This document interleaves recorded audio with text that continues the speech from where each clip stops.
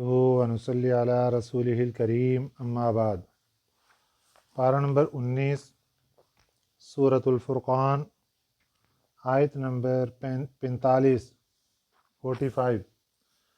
اعوذ باللہ من الشیطان الرجیم، بسم اللہ الرحمن الرحیم۔ الم تر الی ربک کیف مد الظل وَلَوْ شَاءَ لَجَعَلَهُ سَاكِنًا ثُمَّ جَعَلْنَا الشَّمْسَ عَلَيْهِ دَلِيلًا ثُمَّ قَبَضْنَاهُ إِلَيْنَا قَبْضًا يَسِيرًا وَهُوَ الَّذِي جَعَلَ لَكُمُ اللَّيْلَ لِبَاسًا وَالنَّوْمَ سُبَاتًا وَجَعَلْنَا النَّهَارَ نُشُورًا۔ صدق اللہ العظیم۔ آج کے سبق میں اللہ تعالیٰ نے اپنی قدرت اور اپنی وحدانیت کے کچھ دلائل ہمارے سامنے رکھے، قدرت کی کچھ نشانیاں ہمارے سامنے رکھیں۔ نشانیوں کا مقصد یہ ہے، ان نشانیوں کو دیکھ کر اللہ کی ذات کو پہچانو، ان نشانیوں کو دیکھ کر جو ذات الہی تمہارے اوپر نعمتیں فرما رہی ہیں اور یہ سب کچھ تمہارے لیے اس ذات نے بنایا ہے، اس رب کو پہچانو اور اس رب کا حکم مانو، اس کے فرمانبردار بندے بن جاؤ۔ اللہ تعالیٰ کی جو قدرت کی نشانیاں ہیں یہ دو قسم کی ہیں ہمارے دیکھنے کے اعتبار سے۔ ایک قسم وہ ہے جس میں کوئی نہ کوئی سبب ہمارے سامنے ہے اور ہم اس سبب کو دیکھ کر ہم اسی کو ہی سمجھ لیتے ہیں کہ شاید یہ اسی سبب کی وجہ سے ہو رہا ہے، اور اللہ کی ذات وہ پیچھے چھپ جاتی ہے اس کے۔ اللہ ہمیں سمجھانا چاہتے ہیں اس دنیا کائنات میں جتنی بھی چیزیں ہیں، یہاں تک کہ اے انسان تمہارا اپنا وجود، یہ سب کچھ اللہ کی قدرت کی نشانیاں ہیں۔ اس میں اگر تمہارے سامنے کوئی سبب آ جائے تب بھی یہ اللہ کی قدرت کی نشانی، کوئی سبب تمہارے سامنے نہ آئے تب بھی وہ چیز اللہ کی طرف سے۔ تو اللہ ہمیں سمجھانا چاہتے ہیں کہ اول سے آخر سبھی چیزیں اللہ کی پیدا کر دیا، اللہ کی طرف سے بنائی گئی ہیں۔ اس میں سبب آ جائے سامنے تب بھی اللہ کی ذات کی بنائی ہوئی ہے، اور اگر سبب نہ آئے تو تب بھی اللہ کی ذات کی بنائی ہوئی ہے۔ ہر وقت ہر چیز میں توجہ اللہ کی ذات کی طرف رکھنی ہے کہ اللہ نے یہ چیز بنائی ہے اور میرے لیے بنائی ہے۔ آج کے سبق کی جو سب سے پہلی آیت مبارکہ، اس میں اللہ تعالیٰ سائے کے متعلق بات فرما رہے ہیں۔ صبح جب سورج نکلتا ہے تو ہم دیکھتے ہیں کہ جتنی بھی چیزیں سامنے کھڑی ہیں، سورج کے سامنے آتی ہیں، خواہ وہ جاندار آ جائے، بے جان آ جائے، اس کا اتنا لمبا سایہ مغرب کی طرف ہمیں نظر آتا ہے۔ سورج مشرق سے نکل رہا ہے اور سورج کی شعاعیں جب پڑتی ہیں، خواہ وہ پہاڑ پر پڑیں تب، یا درخت پر پڑیں تب، یا کسی مکان پر پڑیں تب، کسی گاڑی پر، کسی انسان پر، جہاں بھی پڑیں تو ایک لمبا سایہ نظر آتا ہے۔ جیسے جیسے سورج بلندی کی طرف آتا جاتا ہے وہ سایہ کم ہوتا جاتا ہے۔ پہلے سایہ بہت بڑا تھا، بہت لمبا سایہ تھا، اب سایہ کم ہوتا جاتا ہے۔ ایک وقت آتا ہے کہ سورج جب بالکل سر کے اوپر آ جاتا ہے، اس وقت وہ سایہ یا تو بالکل ختم ہو جاتا ہے یا نہ ہونے کے برابر ہو جاتا ہے۔ اور پھر جب سورج مغرب کی طرف ڈھلنا شروع ہوتا ہے، اب مشرق کی طرف آہستہ آہستہ سایہ بڑھنا شروع ہو جاتا ہے۔ اب وہ سایہ بڑھتے بڑھتے بڑھتے بڑھتے پھر جیسے جیسے مغرب میں سورج غروب ہو رہا ہے، وہ سایہ اسی قدر ادھر سے بڑھتا جاتا ہے۔ اب یہ دیکھیے کہ یہ جو سایہ ہے ہماری آنکھ کے دیکھنے کے مطابق ہم فیصلہ کر دیتے ہیں یہ سورج کی وجہ سے ہے، اس کا سبب سورج ہے۔ نہیں، سبب سورج نہیں ہے، اس کا سبب پیچھے اللہ کی ذات کا حکم ہے۔ اللہ نے اس سائے کو پیدا کیا، سورج کی وجہ سے سایہ نہیں آیا۔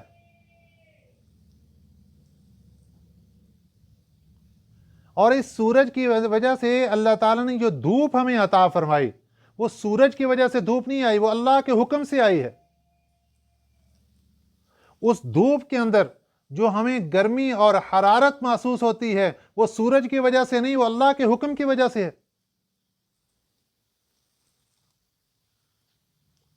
اور اللہ نے ایسی مثالیں ہمیں دنیا میں دکھائی ہیں کہ دیکھو، جو تمہارا دماغ اور تمہارا ذہن بن چکا ہے کہ شاید ان چیزوں کے اندر سبب موجود ہے، ایسا نہیں ہے۔ دیکھیے حضرت ابراہیم علیہ السلام وادی مینا میں اس پہاڑ کی چوٹی کے کنارے پر اور اس کی آڑ میں جب اپنے بچے کو لٹا کر سیدنا اسماعیل علیہ السلام کے گلے پر چھری چلا رہے ہیں، کیوں نہیں چل رہی؟ اس ذات کا حکم تھا۔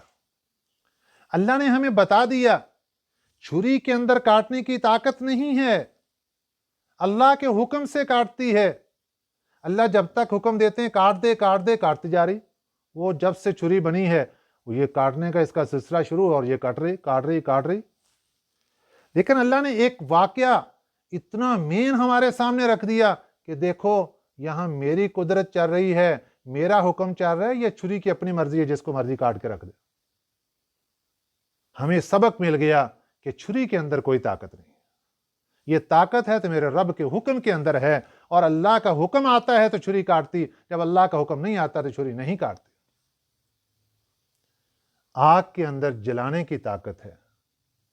جب نمرود اور اس کی حکومت نے سیدنا ابراہیم علیہ السلام کو آگ کے اندر ڈال دیا، کہ آگ نے جلا دیا؟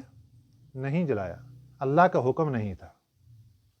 اگر آگ کی اپنی پاور ہوتی تو حضرت ابراہیم علیہ السلام جل جاتے۔ اپنی پاور نہیں ہے، کچھ نہیں ہے، کسی کے پاس کچھ نہیں، سب جگہ میرے اللہ کا حکم ہے۔ اللہ کا حکم آ جائے تو وہ چیز اختیار ہو جاتی ہے، اس کی طاقت بن جاتی ہے، وہ سب کچھ کر لیتی۔ اللہ ان واقعات سے ہمیں سمجھانا چاہتے ہیں کہ سب چیزوں کے پیچھے میرا حکم ہے تو وہ چیز ہوتی ہے، اگر میرا حکم نہ ہو تو وہ کچھ بھی نہیں ہو سکتا۔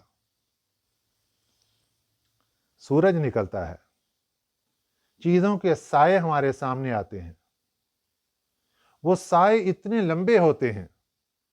اللہ بتا رہے ہیں یہ سائے سورج کے نہیں ہیں، سورج اس کا سبب نہیں ہے، دھوپ اس کا سبب نہیں، سورج کی کرنیں اس کا سبب نہیں، اس کا سبب میں رب کا حکم ہے کہ جب میں نے حکم دیا تو یہ سایہ اتنا لمبا ہو گیا، اور جب میں نے اس کو سمیٹا تو میں نے آہستہ آہستہ اس سائے کو سمیٹنا شروع کر دیا۔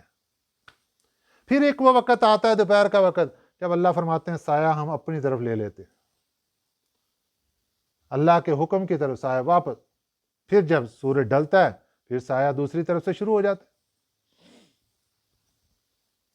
اب یہ سائے کی ایک مثال دے کر اللہ ہمیں کیا سمجھا رہے ہیں؟ بھئی سب کچھ اللہ ہی کرتا ہے۔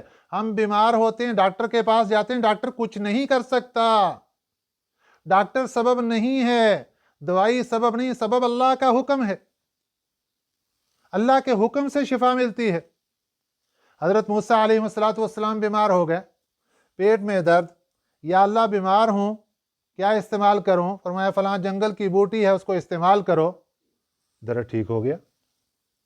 دوبارہ ضرورت پڑی، اللہ کے حکم کے بغیر ہی وہی دوائی دوبارہ استعمال کر لی، لیکن تندرستی اور صحت نہیں ملی۔ یا اللہ یہ کیا معاملہ؟ اللہ نے فرمایا اے موسیٰ کلیم، اس بوٹی کے اندر شفا تھوڑی ہے، شفا تو ہمارے حکم کے اندر ہے۔ پہلے ہم نے حکم دیا تھا شفا ہو گئی، اب ہمارا حکم نہیں ہے، شفا کیسے ہوگی؟ اس لیے تو دیکھو، ایک ہی ڈاکٹر ہے، اس سے جب ہم دوائی لیتے ہیں ایک مرتبہ اللہ شفا دے دیتے ہیں، دوبارہ اسی ڈاکٹر کے پاس جا رہے ہیں، شفا نہیں ہو رہی۔ شفا تو اللہ کے حکم کے ہیں۔ اللہ ہمیں سمجھا رہے ہیں۔ ملتان میں دو بھائی بیمار ہوئے، باپ نے دونوں کا چیک اپ کروایا، ٹیسٹ کروائے، دونوں کو ایک ہی بیماری، سیم ٹو سیم۔ علاج شروع ہو گیا، بیماری بھی ایک، ڈاکٹر بھی ایک، دوائی بھی ایک، نسخہ بھی ایک، سب کچھ ایک ہی سلسلے سے دونوں بھائیوں کا علاج ہوا۔ تو 40-41 دن کے بعد ایک فوت ہو گیا اور ایک کو اللہ نے صحت عطا فرما دی۔ اللہ ایسے واقعات سے ہمیں سمجھانا چاہتے ہیں، اے بندو سب کچھ ہمارے پاس ہے اور کسی کے پاس کچھ نہیں۔ نہ سورج کے پاس ہے کہ وہ سایہ دے، دھوپ دے، گرمی دے، حرارت، کچھ نہیں، سب کچھ اللہ کے پاس ہے۔ الم تر الی ربک، کیا تو نے دیکھا نہیں، الی ربک، اپنے رب کی طرف، کیف مد الظل، کہ کیسے وہ لمبا کرتا ہے سائے کو، مدہ کہتے ہیں لمبے کو، دراز کرتا ہے، لمبا کرتا ہے، الظل سائے کو، سائے کو نہیں دیکھا کیسے اللہ تعالیٰ اس کو لمبا کرتے۔ وَلَوْ شَاءَ لَجَعَلَهُ سَاكِنًا، اور اگر چاہے وہ اللہ، لَجَعَلَهُ، تو بنا دے اس کو ساکنن، ٹھہرا ہوا، پہلے لمبا ہوتا ہے اور پھر ایسا ایسا جیسے سورج اوپر کو جاتا ہے سایہ کم ہوتا جاتا ہے۔ اللہ فرماتے ہیں وَلَوْ شَاءَ لَجَعَلَهُ، اگر چاہے اللہ، لَجَعَلَهُ، تو بنا دے اس کو ساکنن، ٹھہرا ہوا، وہیں ٹھہر جائے، یہ بڑا نہ ہو چھوٹا نہ ہو، وہیں رک جائے۔ ثُمَّ جَعَلْنَا الشَّمْسَ عَلَيْهِ دَلِيلًا، اللہ یہ سایہ تو سورج کی وجہ سے نظر آتا ہے، اللہ فرماتے ہیں نہیں، ثم، پھر، جعلنا، ہم نے بنا دیا، الشمس، سورج کو، علیہ، اس پر، دلیلا، ایک علامت اور نشانی، یہ سورج تو ایک علامت ہے اس کے لیے، یہ سایہ ہمارے حکم سے ہے۔ مثال ایک دے کر اللہ تعالیٰ نے ساری دنیا کی چیزیں ہمیں سکھا کے رکھ دیں کہ یہ تو صرف ایک علامت، ڈاکٹر ایک علامت ہے، دوائی ایک علامت ہے، سب چیزیں دنیا جہان کی یہ ایک علامت ہے، پیچھے اللہ کا حکم ہے۔ ثم قبضناہ، پھر ہم نے کھینچ لیا اس سائے کو، الینا، اپنی طرف، قبضا یسیرا، آسانی سے کھینچنا، بڑی آسانی کے ساتھ ہم نے اس سائے، اتنا لمبا سایہ تھا، پھر ہم نے اس کو سمیٹا، اس کو کھینچا اپنی طرف۔ اللہ اکبر، اللہ اکبر، یہ اللہ تعالیٰ کی قدرت کی ایک نشانی۔ اگلی نشانی دیکھیے، وَهُوَ الَّذِي، اللہ وہ ذات ہے، جَعَلَ لَكُمْ، جس نے بنایا تمہارے لیے، اللیل، رات کو، لباساً، لباس، لباس دو قسم کا، ایک لباس وہ جو جسم کے ساتھ چمٹا ہوا، کپڑے کا لباس، یہ بھی لباس جس نے جسم کو چھپا دیا، ایک وہ لباس جو رات کا اندھیرا ہے، وہ بھی لباس، اس نے بھی چھپا دیا انسان۔ تو اللہ فرماتے ہیں یہ رات کا اندھیرا ہم نے انسان تمہارے لیے لباس بنایا ہے۔ وَهُوَ الَّذِي جَعَلَ لَكُمْ، سبحان اللہ، انسان کو اللہ کہہ رہے ہیں بنایا تمہارے واسطے، اللیل، رات کو، لباساً، لباس، وَالنَّوْمَ، اور نیند بنائی تمہارے واسطے، سباتاً، آرام،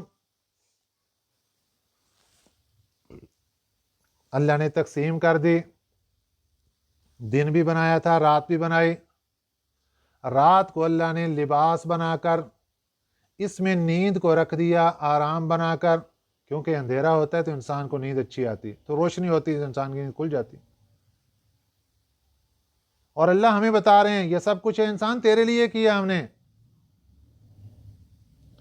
اور جتنی مخلوقات تھی، رات کا وقت آیا اللہ نے سب کو سلا دیا۔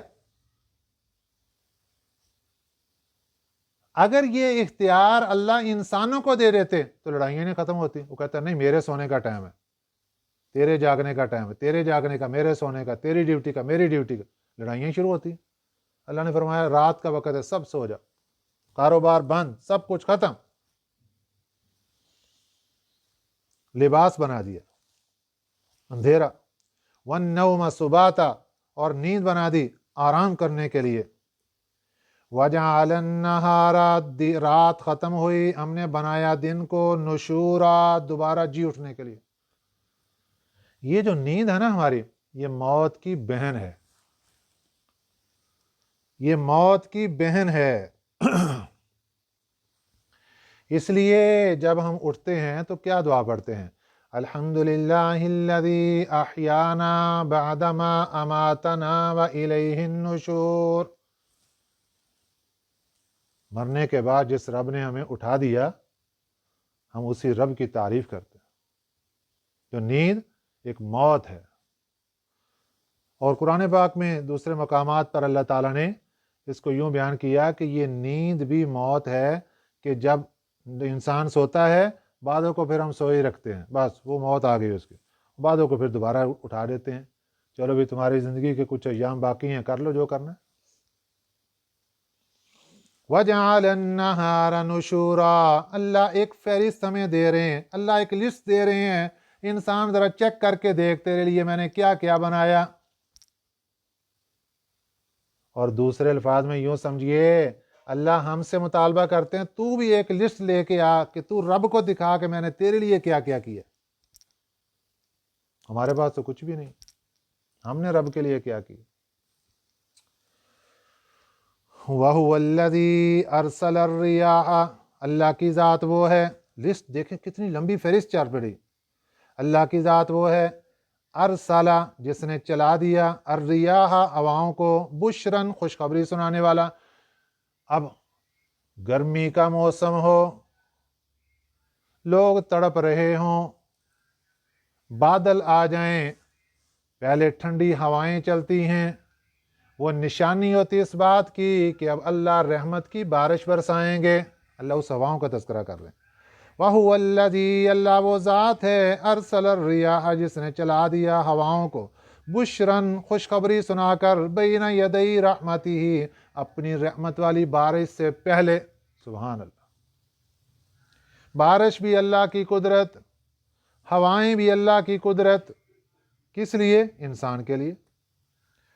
وَأَنزَلْنَا مِنَ السَّمَاءِ مَاءً، ہم نے اتار دیا آسمان سے پانی کو، طہوراً پاکی حاصل کرنے کے لیے۔ آسمان سے پانی آیا اور اس پانی کے ذریعے سے ہم پاکی حاصل کرتے، سب سے زیادہ ضرورت پانی کی، اور اللہ نے فری رکھا۔ دوسرے نمبر پہ ضرورت ہوا کی، انسان کو زندہ رہنے کے لیے ہوا کی ضرورت، اللہ نے وہ بھی فری رکھی۔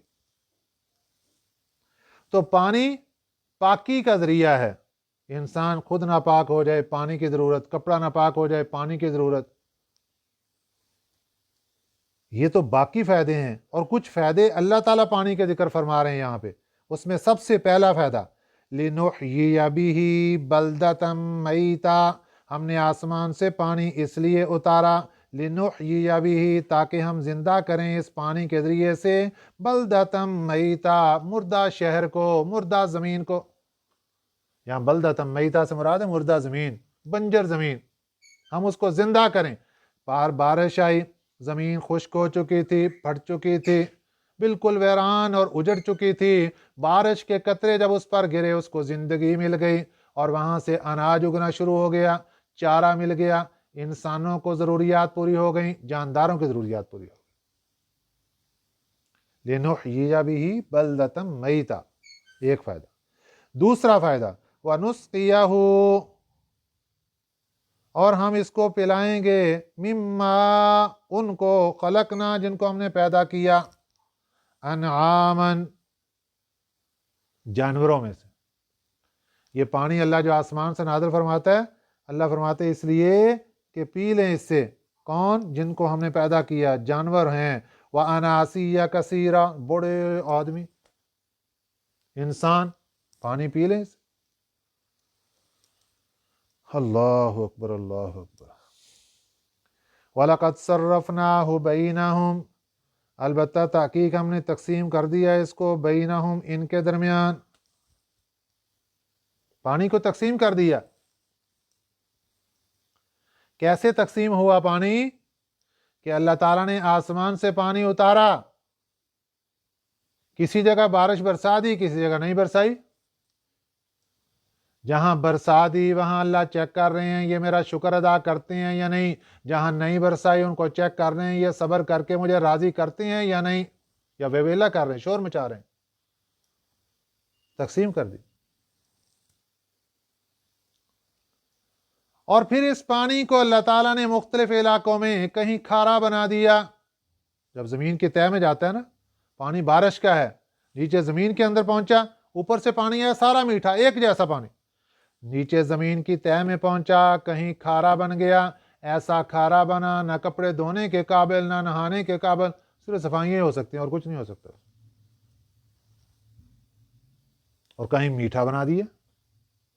یہ بھی اللہ کی قدرت ہے.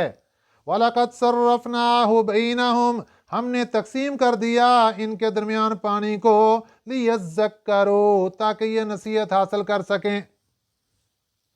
لیکن کیا ہوا؟ فَأَبَى أَكْثَرُ النَّاسِ, انکار کر دیا اکثر لوگوں نے, إِلَّا كُفُورًا, نہ شکری کر کے. اکثر لوگ تو نہ شکرے بن گئے. چاہیے یہ تھا کہ اللہ کا شکر ادا کرتے, لیکن اللہ اتنا پانی دے رہا ہے اور وافر مقدار میں دے رہا ہے اور خود سٹاک کر رہا ہے. اگر اللہ انسانوں کے ذمے لگا دیتے, یہ پانی لے لو, 1 مہینے کا پانی سٹاک کر لو, 1 مہینے کے بعد بارش آئے گی, دوبارہ پانی ملے گا, اس سے پہلے پانی نہیں ملے گا. ذرا تصور کر کے دیکھو, سوچ کے دیکھو, میں اور آپ پانی کو کہاں سٹاک کرتے؟ پانی بدبو مار جائے گا, پانی خراب ہو جائے گا, کیسے اس کو استعمال کریں گے؟ ہم تو 1 دن کا پانی دوسرے دن استعمال کرتے ہوئے بار بار اس کو چیک کرتے ہیں کہ استعمال کے قابل ہیں یا نہیں. ہم کہاں سٹاک کرتے اس کو؟ اللہ کی رحمت دیکھیے, اللہ نے یہ ڈیوٹی ہماری نہیں لگائی, خود پانی کو سٹاک کر دیا اور بٹن بجلی کا ہمارے ہاتھ میں دے دیا. بٹن دبانا تمہارا کام ہے, جتنا پانی چاہیے لے لو. یہ اللہ کا انعام کبھی سوچا کہ یہ کتنا بڑا انعام؟ پھر ہواؤں کا نظام دیکھیے, یہ فری کے اندر سارا اللہ نے ہواؤں کا سسٹم رکھ دیے, جتنی جس کو چاہیے وہ اللہ تعالیٰ سب کو عطا فرما رہے. یہ ساری نعمتیں اللہ تعالیٰ نے ایک لمبی فہرست ہمارے سامنے رکھی اور انسان کو یہ بتا دیا, اے انسان یہ سب کچھ تیرے لیے, اور تو جو 5 فٹ اور 6 فٹ کا جسم رکھتا ہے, تو یہ اپنے دماغ میں بٹھا کہ یہ سب کچھ تیرے لیے, اور اے انسان تو میرے لیے. قرآن پاک میں اللہ نے بتا دیا سارا کچھ. وہ جگہ جگہ اللہ تعالیٰ نے, اے انسان تیرے لیے یہ بھی بنایا, تیرے لیے یہ بھی بنایا, تیرے لیے یہ بھی بنایا, تیرے لیے یہ بھی بنایا. تو جب انسان سوال کرتا ہے یا اللہ مجھے کس لیے بنایا؟ فرمایا وَمَا خَلَقْتُ الْجِنَّ وَالْإِنسَ إِلَّا لِيَعْبُدُونَ, ہم نے جنوں اور انسانوں کو اپنی بندگی اور عبادت کے لیے پیدا فرمایا. تقسیم کر دی اللہ تعالیٰ نے. اب نبی پاک صلی اللہ علیہ وسلم نے جب یہ ساری باتیں دیکھیں کہ دن رات اللہ کی اتنی نعمتیں اور سب کچھ ہونے کے باوجود یہ بات ماننے کے لیے تیار نہیں مکے کے مشرک, اور میں اکیلا ہوں, کبھی کوئی تکلیف آ رہی, کبھی کوئی تکلیف آ رہی, کبھی کہیں سے, کبھی کہیں سے, کبھی کہیں سے. اللہ تسلی کیسے دے رہے ہیں اپنے نبی کو, ذرا سنیے, الفاظ سنیے. آج بھی بندہ پریشان ہو جاتا ہے, میں اکیلا ہوں, اتنا بوجھ ہے میرے کندھے کے اوپر, فلاں ذمہ داری میری, فلاں ذمہ داری میری, فلاں ذمہ داری میری. یاد رکھنا میرے آقا صلی اللہ علیہ وسلم سے بڑھ کر ذمہ داری تو کسی پر اللہ نے نہیں ڈالی. سب سے بڑی ذمہ داریاں اللہ نے اپنے نبیوں پر ڈالی, ان کی ڈیوٹیاں سخت, ہمارے تو کچھ بھی نہیں, ہم تو عیش اور آرام میں. اللہ اپنے نبی کو تسلی دے رہے ہیں, اے میرے آقا, اے میرے آخری اور لاڈلے نبی, تو کبھی پریشان نہ ہوا کر کہ میں اکیلا ہوں, فلاں پریشانی ادھر سے آ گئی, فلاں ادھر سے آ گئی, ذمہ داریاں اتنی. فرمایا وَلَوْ شِئْنَا, اگر ہم چاہتے, لَبَعَثْنَا, تو ہم بھیج دیتے, فی کل قریۃ, ہر بستی میں, نذیرا, ایک ڈرانے والا. جس طرح پیارے پیغمبر تم سے پہلے ہر بستی میں ایک ایک ڈرانے والا آتا رہا, ہر بستی کا الگ نبی, ہر شہر کا الگ نبی, ہر ملک کا نبی, اسی طرح اگر ہم چاہتے تو ہم آپ کے زمانے میں بھی یوں کر سکتے تھے. آپ کی ڈیوٹی کم ہو جاتی اور باقی بھی نبی بنا دیتے, ہر شہر کا الگ الگ نبی. لیکن اے نبی ایسا معاملہ نہیں, آپ میرے لاڈلے نبی ہیں, ہم چاہتے ہیں آپ کا اجر بھی بڑھ جائے, آپ کا ہماری طرف قرب بھی بڑھ جائے. یہ 2 لفظ یاد رکھنا. اللہ کے نبی صلی اللہ علیہ وسلم کو اللہ نے قیامت تک کے لیے اور پوری دنیا کے لیے, پورے جہانوں کے لیے نبی بنایا. کس لیے؟ 2 وجہ ہیں. ایک وجہ یہ کہ تیرا اجر بڑھ جائے, جب اکیلا ہوگا وزن زیادہ ہوگا, اجر بھی سارا تیرا ہی ہوگا, اور اس کے ساتھ ساتھ ہماری طرف قرب بھی تیرا ہوگا, اللہ کے قریب بھی ہوتے چلے جاؤ گے. ہمارے لیے بھی سبق آ گیا, کبھی بھی ذمہ داریوں سے پریشان نہیں ہونا. جب یہ پتہ چل گیا سب کچھ اللہ کی طرف سے, تو اللہ تو 70 ماہوں سے زیادہ ایک ایک بندے سے پیار کرنے والے ہیں، اور اللہ نے قرآن میں فرما دیا لا یکلف اللہ نفسا الا وسعها، ہم کسی بندے کو اس کے بوجھ سے زیادہ اٹھانے سے زیادہ بوجھ نہیں ڈالتے اس پر، جتنا اٹھا سکتا ہے، جتنا مکلف ہے اتنا ہی بوجھ ڈالتے، اس سے زیادہ نہیں ڈالتے۔ وہ اللہ 70 ماہوں سے زیادہ پیار کرنے والے، وہ اللہ کی ذات حکیم بھی ہے، علیم بھی ہے، سب کچھ جاننے والی، 70 ماہوں سے زیادہ پیار کرنے والی۔ وہ اگر کسی کو ڈبل ڈیوٹی دیتی، وہ اس کی مرضی، اس کے خزانے وسیع، وہ پتہ نہیں کیا چاہتے ہیں اس بندے سے جس کو ڈبل ڈیوٹی دے دی، جس کو ٹرپل دے دی، وہ اللہ پتہ نہیں کیا چاہتے ہیں اس کے ساتھ۔ تو اللہ نے اپنے نبی صلی اللہ علیہ وسلم کے مسئلے کے اندر ہمیں بھی تسلی دے دی، کبھی ڈیوٹیوں سے گھبرانا نہیں چاہیے۔ آج عورت گھبرا جاتی، صفائی بھی میں کرتی ہوں، کپڑے بھی میں دھوتی ہوں، کھانا بھی میں پکاتی ہوں، سارا دن تھک جاتی ہوں۔ ذرا سوچو اپنے نبی صلی اللہ علیہ وسلم کی زندگی کو، اللہ فرماتے ہیں پیارے پیغمبر تو تنہا ہے، ڈیوٹیاں زیادہ ہیں، اجر بھی سارا تیرا، قرب بھی میری طرف تیرا۔ اللہ کا انعامات تو ہیں نا، کیونکہ سب کچھ اللہ کی طرف سے تقسیم ہے، یہ کسی انسان کی تو ہے نہیں۔ اس لیے میرے پیارے پیغمبر صلی اللہ علیہ وسلم فلا تطیع الکافرین، مت اطاعت کرو کافروں کی۔ جیسے پہلے کافروں کی کوئی بات نہیں مانتے، کوئی سستی نہیں دکھاتے، اب بھی نہیں دکھانے، ڈٹے رہو۔ وجاہدہم بہ جہادا کبیرا، اور جہاد کرو ان کے مقابلے میں بڑا جہاد۔ یہ مکہ مکرمہ کے اندر آیت نازل ہوئی ہے، اور وہاں تو جہاد کی اجازت نہیں تھی، اور یہاں جہاد سے کیا مراد ہے؟ یہاں جہاد سے مراد ہے دعوت و تبلیغ۔ تبلیغ، نفس کو کچلنے کے لیے جہاد کرنا۔ وجاہدہم، ان سے جہاد کرو، ان کو تبلیغ کرو، ان کے نفسوں کو کچل دو، جہادن کبیرہ۔ سبحان اللہ۔ اللہ تعالی ہمیں بھی ان باتوں پر عمل کرنے کی توفیق عطا فرمائے، آمین۔ وما علینا الا البلاغ المبین۔ اللہم صلی علی محمد وعلی آل محمد کما صلیت علی ابراہیم وعلی آل ابراہیم انک حمید مجید۔ اللہم بارک علی محمد وعلی آل محمد کما بارکت علی ابراہیم وعلی آل ابراہیم انک حمید مجید۔ اللہم انت السلام ومن